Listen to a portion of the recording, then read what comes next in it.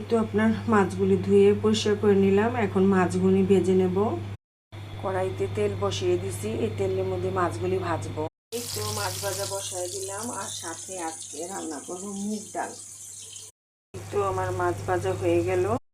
এই তো বন্ধুরা, রুই মাছ ভুনা করার জন্য পেঁয়াজ ভাজতেছি। আজকে রুই মাছ ভুনা করব। তো আমার রুই মাছ ভুনার মধ্যে আমি কাঁচামরিচ ও টমেটো দিয়ে দিলাম। কিছুক্ষণ পর মাছটা দিয়ে জলটা শুকিয়ে আমার রুই মাছ ভুনা হয়ে যাবে। তো আমার রুই মাছ ভুনা প্রায় শেষ। মাছগুলি ঢেলে দিলাম। এখন সামান্য একটু পানি দেব।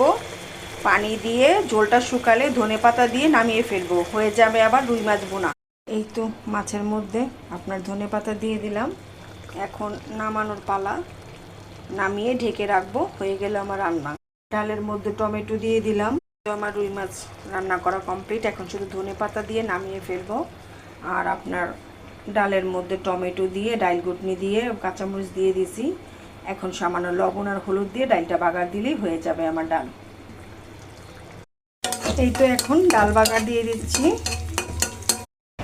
আসসালামু আলাইকুম বন্ধুরা, এই তো ছিল আজকে দুপুরের খাবার আমার। রুই মাছ ভুনা করছি টমেটো দিয়ে, আর হলো আপনার মুগ ডাল রান্না করছি, হলো আপনার টমেটো বেশি করে দিয়ে একটু ঘন ঘন করে, আর হলো 3 রকমের ভর্তা। এই তো ছিল আজকের খাবারের মেনু আমার।